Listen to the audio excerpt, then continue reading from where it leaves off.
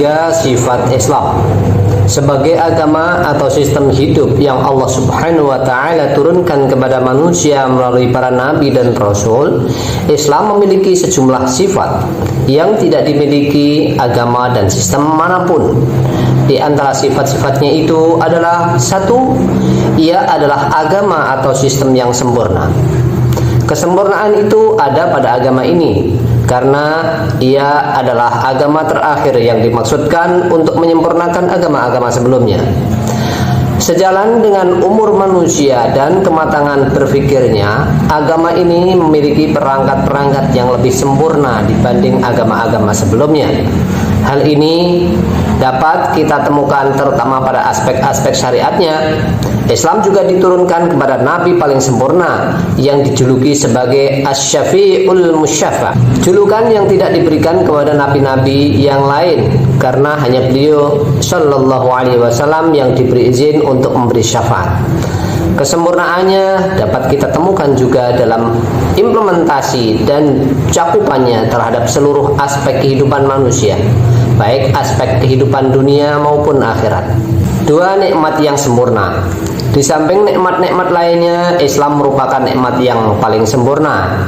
Hidayah sejatinya adalah nikmat. Hidayah yang terstruktur dalam sistem hidup yang sempurna dalam agama ini adalah nikmat yang sangat besar karena ia hanya diberikan kepada umat Muhammad sallallahu alaihi wasallam. Karena itu, kemudian mereka diangkat menjadi umatan wasaton sebagai saksi atas umat manusia di dunia dan di akhirat. Dengan nikmat itu pula, kaum mukminin menjadi umat terbaik yang pernah dilahirkan untuk seluruh umat manusia. Tiga, agama atau sistem yang diridhoi. Hal ini Allah utarakan berkali-kali dalam kitab sucinya. Pernyataan ini sekaligus memberikan ketegasan bahwa agama dan sistem lainnya adalah sistem jahiliyah, batil dan tidak diridhoi. Syariat samawi yang diturunkan sebelumnya adalah syariat yang diridhoi pada masanya. Setelah masa berlakunya habis, logika akal dan dalil syar'i menentukan bahwa syariat terakhirlah yang berlaku. Pemberlakuan syariat yang telah kadaluarsa masa berlakunya merupakan pembangkangan terhadap syariat dan yang menurunkannya. Pada kesempatan haji wada, haji terakhir yang dilakukan Rasulullah Shallallahu Alaihi Wasallam, Allah menurunkan ayat yang mengandung tiga sifat di atas. Pada hari ini telah kusempurnakan untukmu agamamu, aku sempurnakan nikmatku kepadamu, dan aku ridhoi Islam sebagai din bagimu. Surat Al-Maidah ayat 3. 4. Agama fitrah. Bersamaan dengan penciptaan alam semesta ini, Allah menciptakan sifat dan karakteristiknya masing-masing. Karena Islam diturunkan oleh Zat yang telah menciptakan alam semesta berikut ketentuan-ketentuan kauniyahnya, maka ia adalah sistem yang sejalan dengan fitrah kauniyah itu. Tidak ada perbedaan antara fitrah kauniyah dan fitrah syariah, karena syariat dibuat untuk menjaga fitrah kauniyah. Allah telah menciptakan manusia di atas fitrah ini. Penyimpangan atas fitrah yang bersih lagi lurus ini merupakan kesesatan dan hanya akan menimbulkan kerugian dan malapetaka bagi umat manusia dan alam semesta. Dalam hadis qudsi Allah berfirman, aku telah menciptakan hamba-hambaku dalam keadaan hanif, tapi kemudian setan menggelincirkan mereka dari agamanya. D4. Kesempurnaan Islam. Sebagai sistem yang diciptakan dan diturunkan Allah yang maha luas lagi maha sempurna, Islam memiliki kesempurnaan yang tidak dimiliki oleh sistem-sistem buatan manusia yang manapun. Kesempurnaannya itu dapat dilihat dari cakupannya terhadap ruang waktu dan muatan sistemnya. 1. Cakupan waktu. Sistem ini Allah berlakukan sejak awal penciptaan hingga akhir zaman. Demikian itu karena ia diciptakan untuk mengatur kehidupan makhluk-makhluknya agar terjadi keselarasan, keharmonisan, kedamaian, keselamatan, dan kesejahteraan. Karena itu kita dapati bahwa seluruh nabi dan rasul, sejak nabi pertama hingga nabi terakhir, mengajarkan hal-hal yang sama. Risalah mereka satu, yaitu membebaskan manusia dari penghambaan kepada sesama makhluk, kepada penghambaan hanya kepada Allah Al-Khaliq. Kesempurnaan ini sangat jelas kita dapatkan pada risalah yang dibawa Nabi terakhir Muhammad sallallahu alaihi wasallam, yang menyempurnakan bangunan yang sudah ditata dan dibangun nabi-nabi sebelumnya. Dengan berakhirnya masa persyariatan pada nabi yang terakhir, risalah ilahi ini mencapai kesempurnaannya. Karena itu ia berlaku hingga akhir zaman. Tidak akan ada nabi dan risalah lagi setelah ia mencapai kesempurnaannya. Dua, cakupan ruang. Ia diturunkan bukan terbatas untuk bangsa Arab atau bangsa apapun di belahan bumi ini. Ia adalah rahmat bagi seluruh alam, berlaku untuk seluruh bangsa-bangsa, tidak membeda-bedakan warna kulit, ras maupun keturunan. Pencipta mereka adalah Allah Al-Khaliq. Mereka semua anak-anak Adam diciptakan dari tanah. Tidak ada kelebihan satu orang atas orang yang lain, antara satu suku atas suku yang lain, antara satu bangsa atas bangsa yang lain. Yang membedakan adalah tingkat ketakwaan mereka kepada Allah. Setiap orang dari keluarga manapun, dari bangsa manapun berhak mendapat kemuliaan itu selama ia bertakwa. Tiga, cakupan sistem. Ia adalah sistem komprehensif yang mencakup seluruh aspek kehidupan manusia.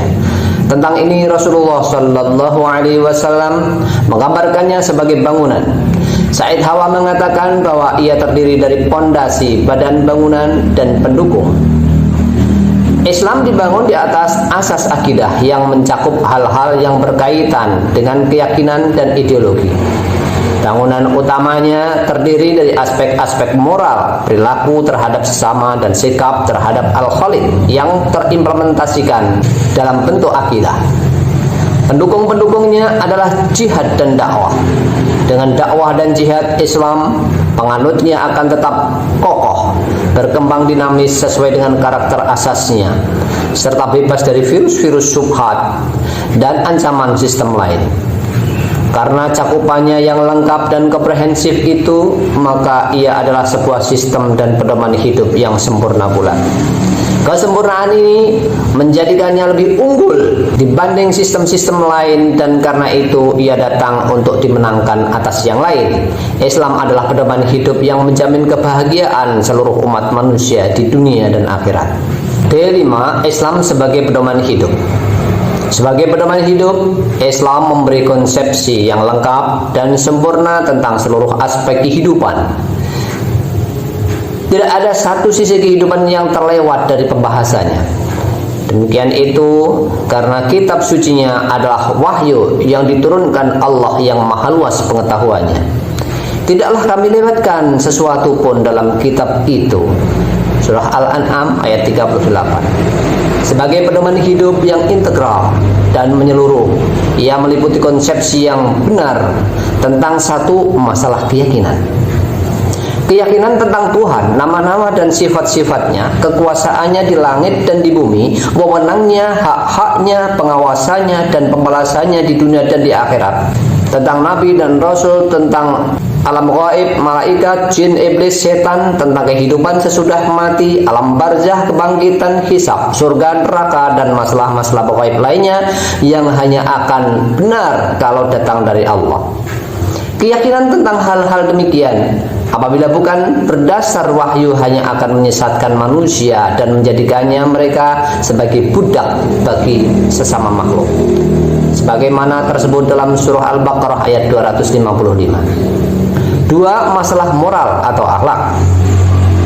Moral atau akhlak manusia terhadap Allah, terhadap dirinya, terhadap sesama manusia, maupun terhadap alam semesta hanya akan benar dan lurus apabila ia memiliki keyakinan yang benar tentang Allah dan hari akhir.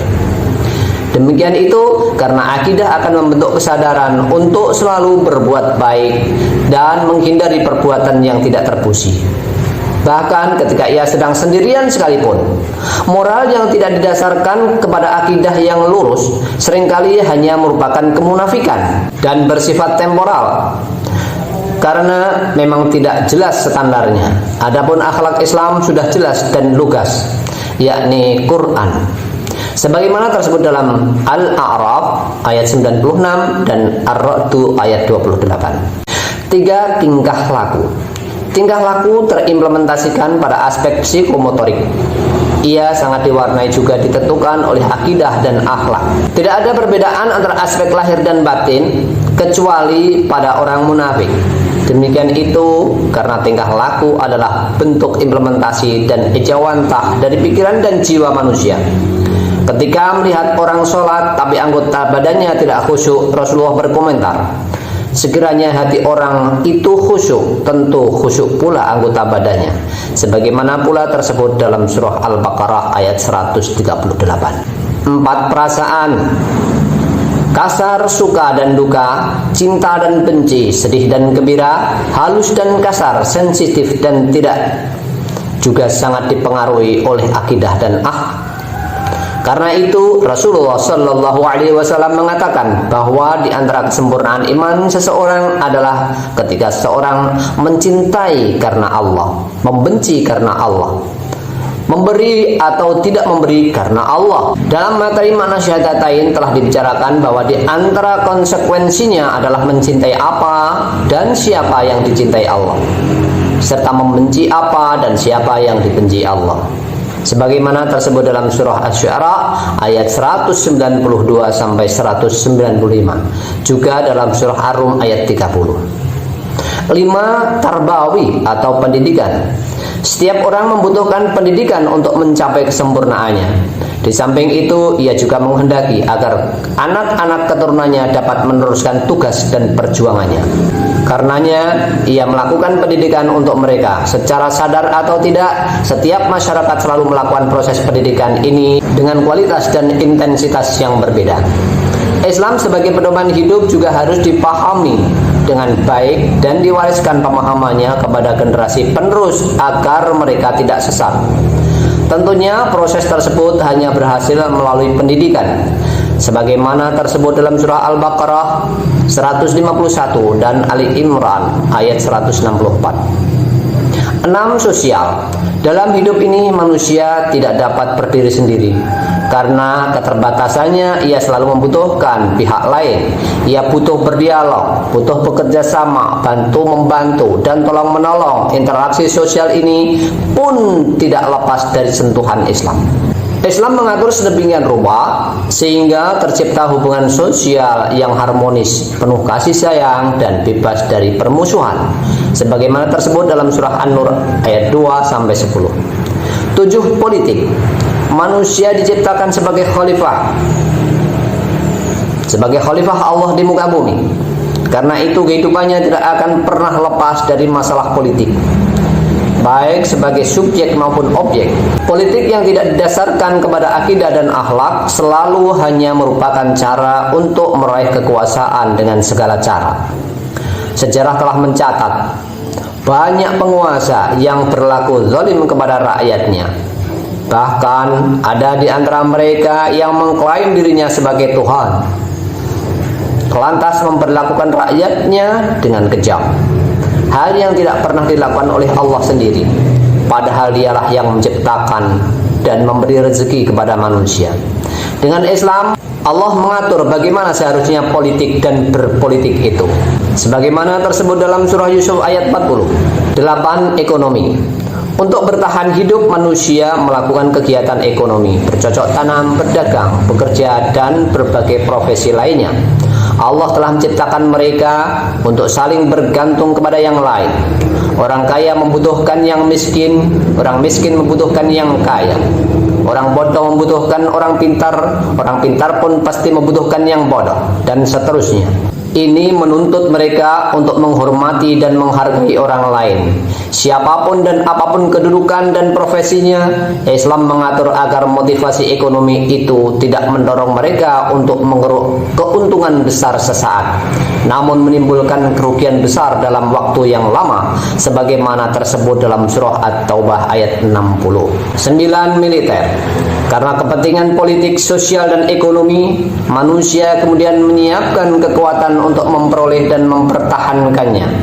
nafsu manusia yang menjerumuskan selalu didukung oleh setan agar mereka melakukan kejahatan atau bahkan pengerusakan dalam mencapai tujuannya. Karena itu, dunia ini tidak pernah sepi dari konflik antara pemilik kebenaran dan pemihak kebatilan. Karena al-haq dan al-batil tidak akan pernah bertemu.